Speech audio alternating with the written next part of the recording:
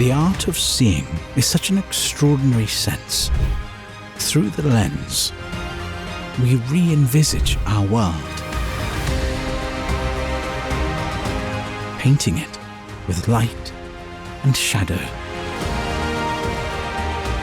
Each frame becomes a portal, revealing a story waiting to be told.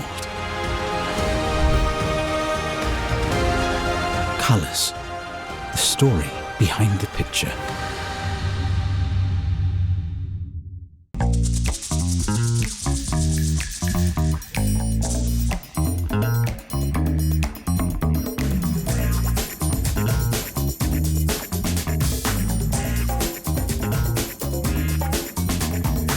I live in Macon, but Atlanta is where I apply my trade, and I'm usually here 3 or 4 times a week. Atlanta's in all aspects become my second home. So I'm here all the time. I love the vibrancy. I love how the city is always moving. It's something going on, something's popping up, something's being built. I call it a place of energy. Great food, sports is always popping, and you can always find a friend, and photography is always banging you. I really like that there's a lot more inclusivity in Atlanta, diversity, just a lot more people to connect with.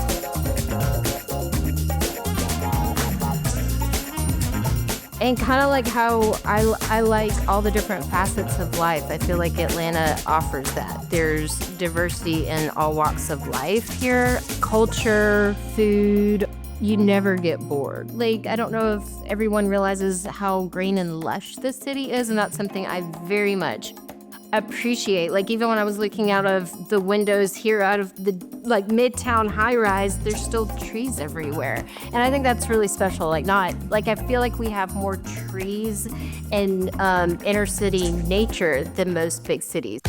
In Atlanta, we have a melting pot that's not very common even within cities in the United States.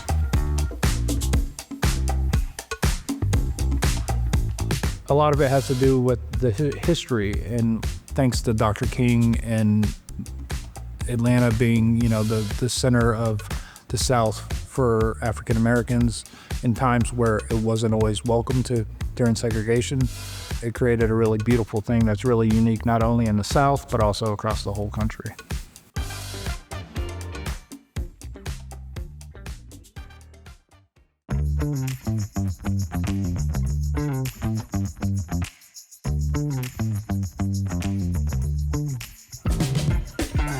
Well, I got into photography. I always wanted to be a photographer when I was in high school, but the industry was changing. It was going from film to digital. And at the time, my grandmother, she couldn't afford to buy me a camera and all that kind of gear at that time. So I just kind of took the easy route and said, you know what, I'll just go to school for business. And so a couple of years later, I had a cousin that passed away. And so I had to find some way to kind of cope with the grief. And so I ended up buying a camera, and I just kind of started shooting.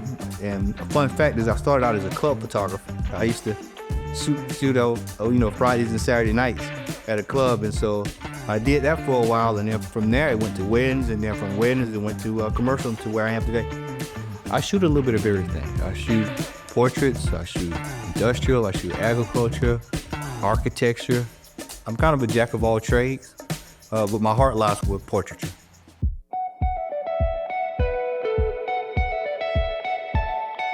Well, I've always felt like I was an artist and loved painting and drawing growing up. It was just a favorite hobby. And then when I got in high school, we would put the artwork up in the halls, and then some teachers started buying some pieces from me, and my art teacher then taught me about copyright.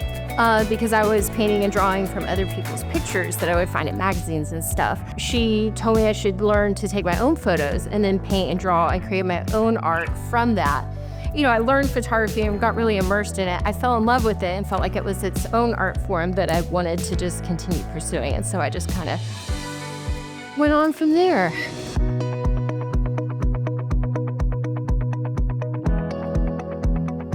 When I first discovered photography, it was for dealing with things within myself, and over the years, I have fell in love with everything from photojournalism to architectural photography to street photography to anything and everything. I don't approach photography as a career, but more as a way of life. And so I like to show people and share all the different aspects of things that I enjoy in the world, and hopefully raise some awareness and make people more aware of things happening around them in the process. Like a lot of people that learned about the Standing Rock movement for the first time, I saw Democracy Now! Covering a story about Native Americans being attacked by security dogs. For me, that had a haunting resemblance to the Civil Rights era and what was taking place in the 60s. I halfway jokingly made a comment on Facebook where I said, would anybody be interested in buying me a plane ticket? Somebody who I had never met contacted me and they said, I'll buy you a ticket. And then it was that, well, man, I gotta go now. Like, you say it and then somebody goes, okay. And then you go, well, I gotta go. And I was there for about 1 week and I could feel that something important was happening. I didn't know what it was, but you could feel something in the air.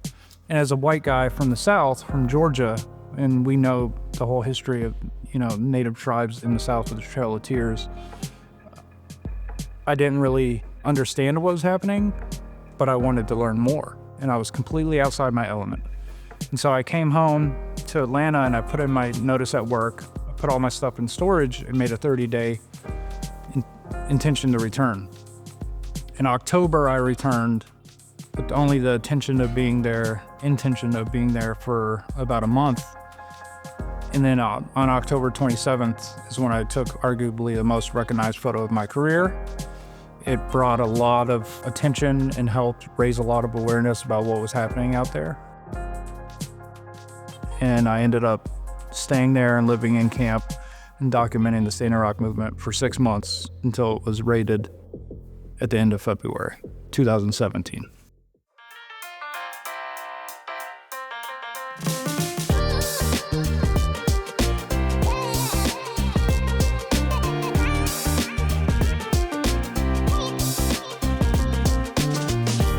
When I first started, this is a funny one. When I first started, I had always placed National Geographic as the totem, the highest the totem pole. I've always wanted to shoot for National Geographic.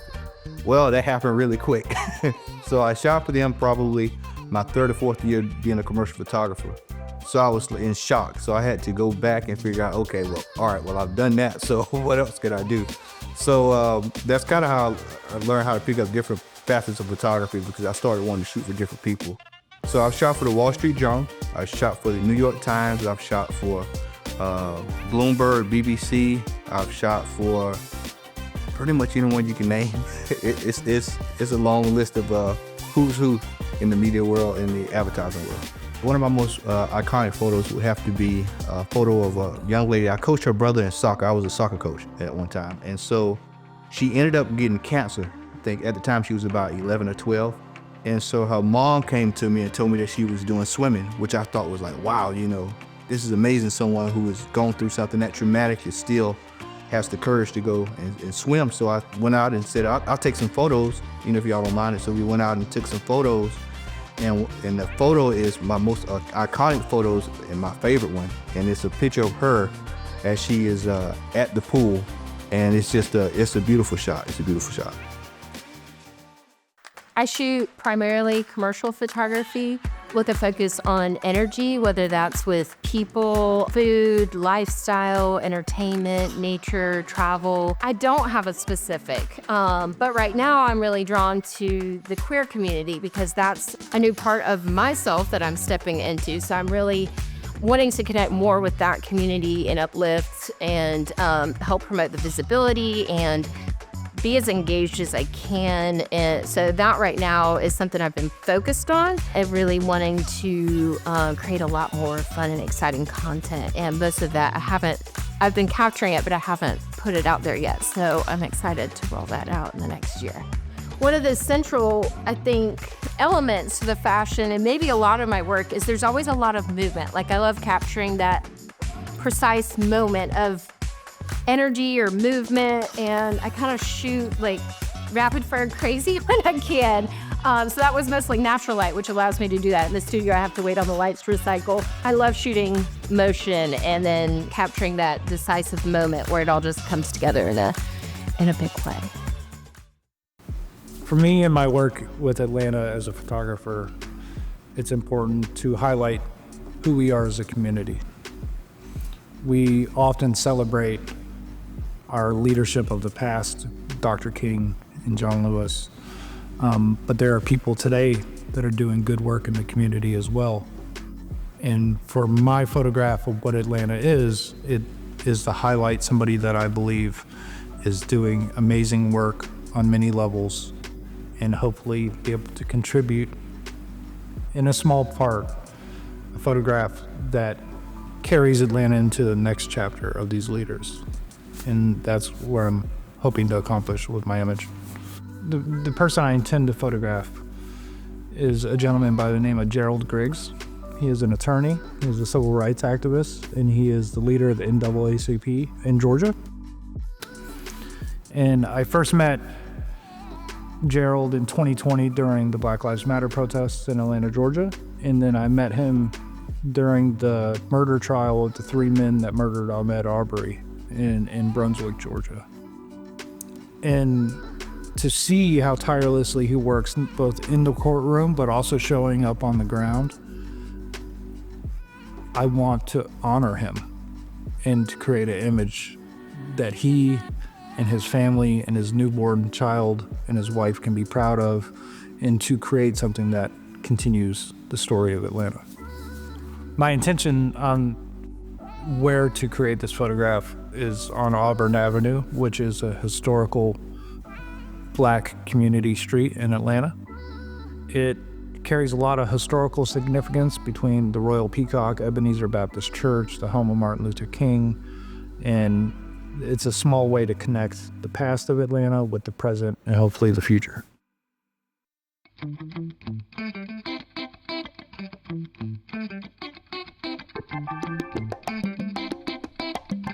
What I want to get from Atlanta is, normally when we see Atlanta, it's usually portrayed 2 or 3 different ways. It's usually something that's loud or it's urban, and so I wanted to get away from that. I wanted to go back to my roots. Like I said, I used to start out as a wedding photographer, so I wanted to apply a little bit of elegance to Atlanta. There's a lot of photogenic places here in Atlanta, but for my place, I chose the Oakland Cemetery, and I would like to have that backdrop that provides a different look than what most people would normally see. You know, you think about a cemetery, you're thinking about the doom and gloom, but the architecture itself lends itself to being able to provide a beautiful photo and a backdrop for such a subject that I'll be working with. I'll be working with Lyrica Holmes. She's a world-class harpist, but she also does a lot for the community here as well. I worked with her for a photo shoot for Georgia Trend magazine some years ago, and we had a lot of fun. So when I got reached out to about a subject, she immediately popped in my mind, and I said, you know what?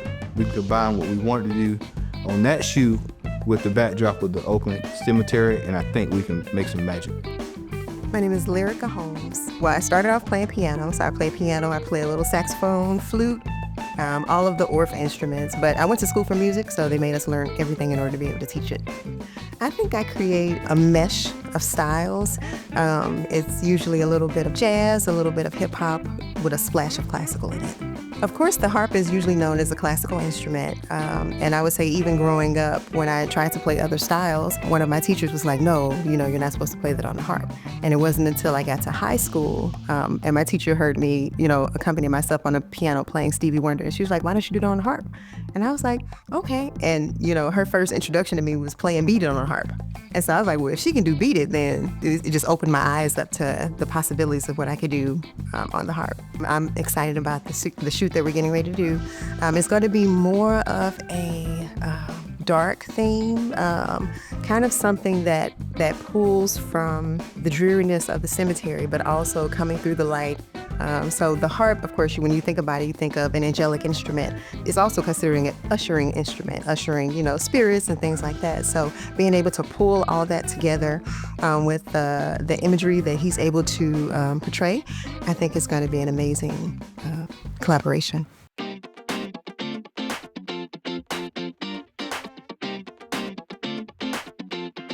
My thought process behind coming up with an idea for one photograph to encapsulate the city of Atlanta For me, one of the most special things right now in my life is the vibrant, outward-facing presence of the LGBTQAI plus community here. It's one of the biggest in the South, and I chose the fox as a background because it is such an iconic form of entertainment.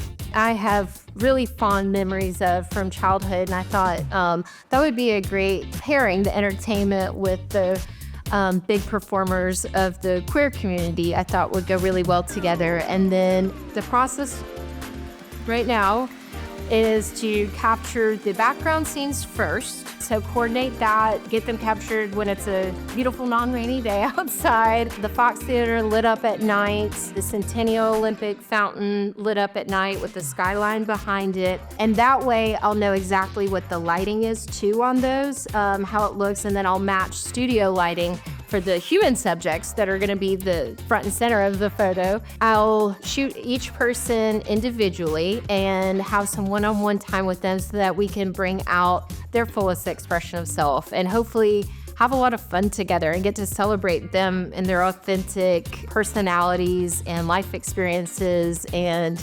how they want to bring their own uniqueness to each character and to each role for it to come together cohesively. You know, within this photo shoot, I also hope to give each participant a collection of images that they can feel really celebrated within and help empower themselves with whatever messages they want to get out within their individual empowerment.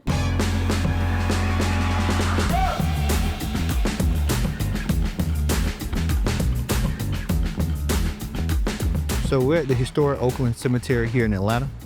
And one of the reasons why I chose it was because the old architecture, the brick roads, the mausoleums, just the way everything was laid out. And I just wanted to take Lyrica and place her in a situation to where we could bring out that elegance and then just kind of bring the two together and mesh it well. So when we got here this morning, the weather forecast yesterday stated no rain. So we on the way here, it decides it wants to rain. And so we got here initially and everything was fine, and then it just kept raining. It just kept going, it kept going, it kept going.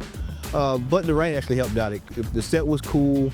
The cloud cover was excellent. It lended to the first shot beautifully. And I was able to kind of we didn't have to worry about dealing with a lot of sun at that particular time. So we were able to get a really good shot, hero shot per se, with Lyrica. And once the light came through, it came out so well that it kind of added a little extra kick to her. So everything just worked out well and blended for us. So the next step is to basically just sit down, see what I have, go from there, see what captures the emotions, what captures the look, what captures the feel, the ambiance. We know the colors are there, but it's just a matter of how it's all put together. So I really won't know that until I'm able to sit down in front of the computer. And then from there, I'll be able to kind of go, okay, this is it, this is it. I think we got a couple of winners in there.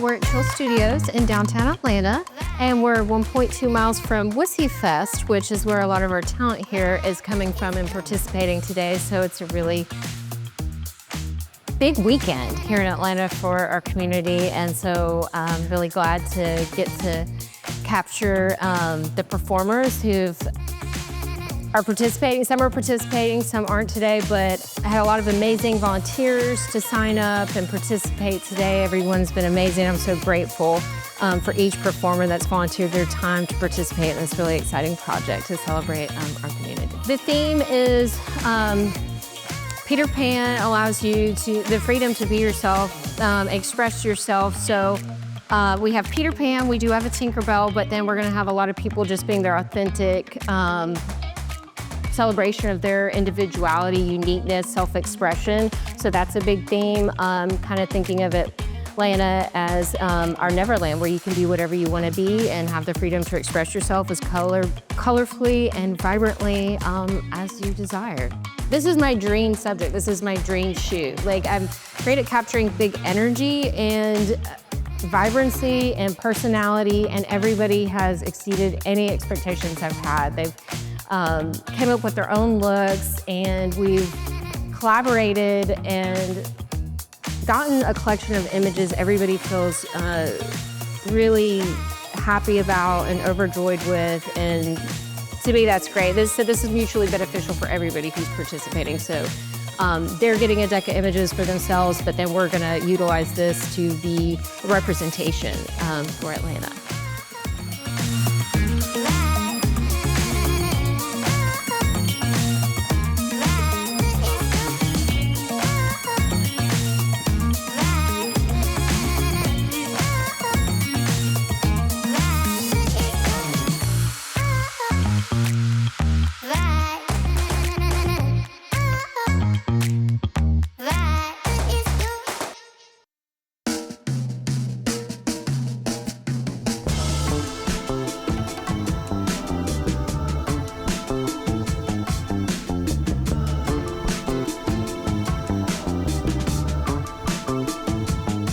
So where we are is Auburn Avenue, which is a historic Black community in Atlanta. The best way to describe it would be Atlanta's version of Black Wall Street that was originally in Tulsa, Oklahoma. James Brown used to play yearly events underneath the Auburn Avenue Bridge. The Royal Peacock was a historic jazz club. And this has always just been a really important part of the history of Atlanta. And so I wanted to tie the present into the past, where Ebenezer Baptist Church is right down the street, where Dr. King taught in his house as well. So I thought it was really important to tie in the past along with the present and the future of who we are as a community. So the building behind me is the Butler Street YMCA. And the reason why it's important is because during segregation, it was one of the few places that Black people could actually stay when they were visiting from any other cities or they were thinking of moving here. And it's also important because the building is named after the first African-American judge since Reconstruction. His name was A.T. Walden. He actually worked with the NAACP to desegregate schools and hotels in Atlanta. Of course, it's in disrepair right now, but it is one of the preeminent buildings in Atlanta. It's just an honor to be here in front of the Walden building, which is adjacent to the Butler Street YMCA, which is one of the places that Black people would congregate off of Auburn Avenue during segregation. This is a little bit different than what I traditionally shoot. My background, at least in documentary work, is with photojournalism, where you kind of just go with the flow of a story, not really an editorial photographer. And so when I first got into it, I was pretty nervous, but it's the way it works with anything is that once you get one or two photos down, you find your groove, you're able to kind of relax with each other, you can kind of play around with different concepts. Yeah, we made some great photos today. I'm very proud of what we were able to accomplish together. I said no more empty glasses or even half full. When the world see that we blessed more than a handful. The creative scene in Atlanta keeps me on my toes. It allows me to open up my creativity and do what I like to do. Open the curtains, we give the real like behind the scenes. It's very unique to the South. It's a place where everybody belongs and everybody can connect with a lot of different people and experiences and walks of life. Atlanta inspires my work because of its history, in both the good and the bad. It's important to highlight who we are as a community. Atlanta's past has always been turbulent, but we've always found a way forward.